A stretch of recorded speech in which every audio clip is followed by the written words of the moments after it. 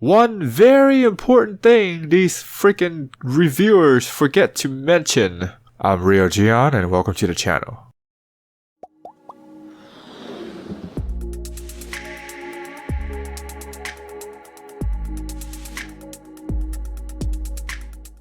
First off, let's talk about the size. This controller is definitely on the bigger side, but it's not as big as I would have thought. The layout does take some getting used to because the analog sticks are both at the top. This makes it quite odd trying to press the face button while playing shooting games. The face buttons are the same color as the Xbox controller, which is interesting because I thought that the Xbox only got this color pattern scheme. The silver on the analog sticks are painted plastic. Overall, the look of the controller does not represent the price. If you were to present this controller to somebody not knowing what it is, I honestly think most people would say, hey, you know what, this is probably like 30-40 bucks. 40 bucks tops. At this price, it's freaking ridiculous. But people are buying them, so I guess, hey, you know, whatever works. I like the D-pad. Is all in one piece, but the arrows are separate. I think this is the best design for the D-pad. The controller is powered by pressing and holding a button instead of turning on a switch. To me, I think these controllers have tendency not to connect from time to time, and I have experienced this issue on the second try of trying to connect a controller. I would much rather have a controller having a switch than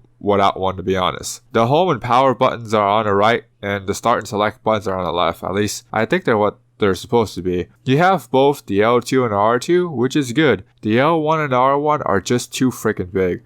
It feels kind of odd in the hands. I guess it's due to the shape. I'm guessing the best grip is the one where you have both index and middle finger on the shoulder buttons and basically wrapping your hands around a controller. All of the buttons feel great. They all have a nice click, very good tactility. Nothing feels really mushy, which is great. Then again, at this price point, it better be. The face buttons are smaller than I would have liked. The D-pad feels really good. Each direction feels great. Plus it's tactile, so you know when you're pressing something. Anyways, here's what the controller sounds like.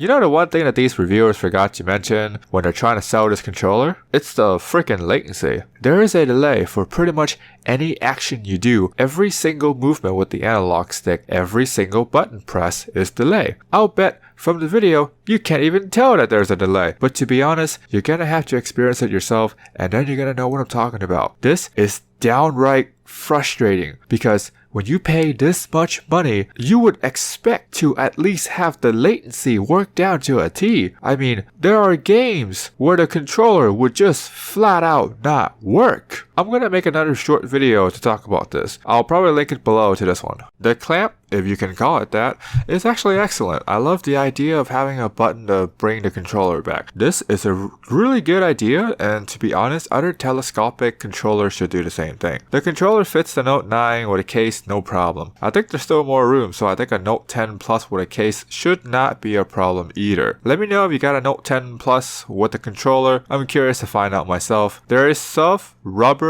on each side of the clamp and the phone doesn't get scratched. This is a very nice detail. Overall, I think they did a great job with the clamp. This controller has a 340 milliamp battery and it should be good enough to carry you out through the heavier part of the day. Most controller tends to last longer than a day and I think this one shouldn't be different. There isn't any backlighting, so battery life should be pretty good. It should last you pretty long for the most part. I'm really disappointed and I'm surprised that none of the reviewers talk about this issue. This is a problem that people getting free stuff to review. Seriously, these guys are biased towards the product or they want to make money through affiliate marketing marketing. It's the same thing with the GameSir controller, and it's the same freaking thing here. How come more expensive controllers doesn't get latency right? This is a question that I seriously demand answers for, because there are people like me who would pay the big bucks because I want the ultimate gaming experience. This controller isn't that. This controller is downright awful because latency issue, and some games would downright not work. This controller is plug and play, at least to my understanding, so if anybody knows a way to fix this problem, let me know. Besides that, I'm not going to recommend this controller, and I think these reviewers should start actually being reviewers and not salespeople. That would be great. Seriously guys, cut this shit out. If you don't believe me and you want to try it yourself, link down below. Make sure to read and understand return policy before making the purchase. Anyways, subscribe, like, comment, hit the bell for more content. You guys stay awesome.